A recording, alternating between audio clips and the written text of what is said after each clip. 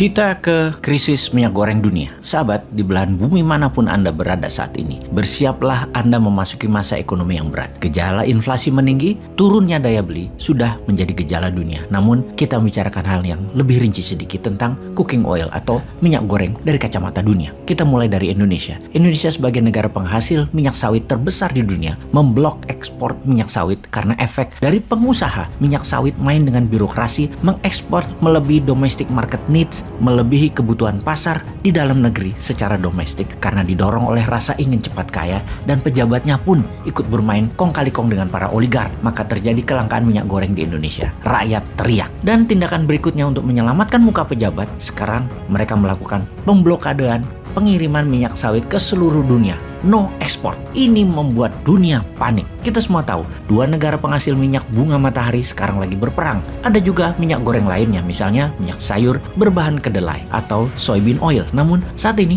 mereka lagi kena masalah dengan iklim yang ekstrim. Terlalu panas di beberapa tahun ini menyebabkan banyak kekeringan yang membuat banyak gagal panen. Juga canola oil mengalami masalah yang sama. Pertanyaannya, bagaimana Anda mendapatkan cooking oil dengan semua masalah itu di dunia? Memang tidak semua masakan memerlukan cooking oil, tetapi tetap saja diperlukan. Bahkan Anda memakan salad sekalipun terenak disiram sedikit olive oil atau minyak zaitun pada salad dressingnya atau mayonesnya. Minyak goreng ada sedikit di mana-mana pada setiap masakan utama, pada saat memanggang, menumis, bahkan pada tepung untuk pizza pakai cooking oil. Dan saat ini supply cooking oil mulai terbatas. Apa rencana kedua Anda? Apa kita harus menimbun minyak goreng di rumah? Sejauh ini, cooking oil di seluruh dunia sudah meningkat 23% harganya. Di Indonesia bahkan lebih tinggi lagi. Kita rincikan akar masalahnya. Ukraina mengekspor 5,4 juta ton minyak bunga matahari per tahunnya dan memenuhi hampir 50% kebutuhan sunflower oil dunia. Karena sedang berperang, tidak ada lagi suplai dari Ukraina terhadap minyak bunga matahari tersebut. Rusia juga penyedia sunflower oil sekitar 20% kebutuhan dunia, dan Rusia sedang kena sanksi ekonomi saat ini. Kita ke Kanada sekarang. Sebagai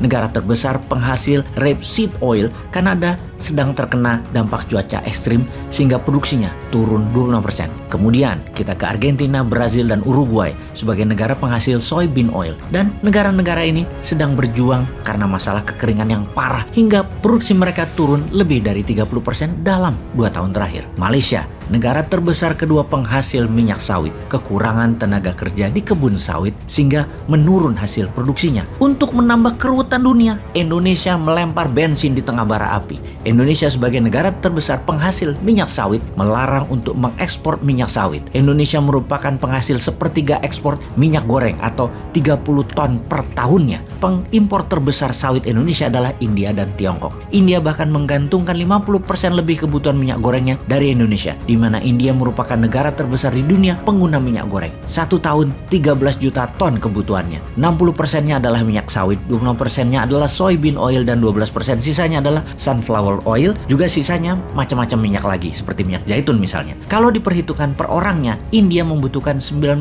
kg minyak goreng cooking oil per tahunnya. Kebutuhan tersebut Indonesia memenuhi lebih dari 50%, kemudian Malaysia 30%. Diperkirakan India, efek kekurangan cooking oil dan terbatasnya persediaan akan membuat harga naik cooking oil tersebut mendekati 30% dan akan membawa 1% inflasi di India. Bayangkan, Indonesia bisa membuat India inflasi. Ini membuktikan Indonesia negara global player sejak awalnya. Memang takdirnya Indonesia itu adalah jadi negara besar. Secara keseluruhan dunia, sekarang harga minyak sawit sudah meningkat 55% di pasar Amerika. Harga soybean meningkat 27%. Rapeseed oil naik 50% di Eropa juga Amerika, dan semua ini kedepannya akan semakin buruk. Jadi sebagai konsumen, apa yang harus Anda lakukan? Menimbun minyak goreng di rumah? Karena di Eropa Barat saat ini, semua minyak goreng, sunflower oil, rapeseed oil, olive oil hanya boleh membeli tidak lebih 2 botol minyak goreng per orangnya. Semua sudah dibatasi. Ada lagi kemungkinan lain, di mana 15% cooking oil ini dipakai sebagai bahan bakar saat ini. Dulunya untuk menurunkan harga bensin, di mana harga minyak goreng sebagai penyeimbangnya. Sekarang jauh lebih mahal jadinya. Ini membuat dunia akan kekurangan 15% atas kebutuhan minyak sebagai bahan bakar. Lihat betapa mengerikan semua ini efek rantainya. Secara teknis, tidak ada cara meningkatkan produksi. Dan secara singkat, inilah geopolitik yang memukul rumah tangga dunia. Semoga paham.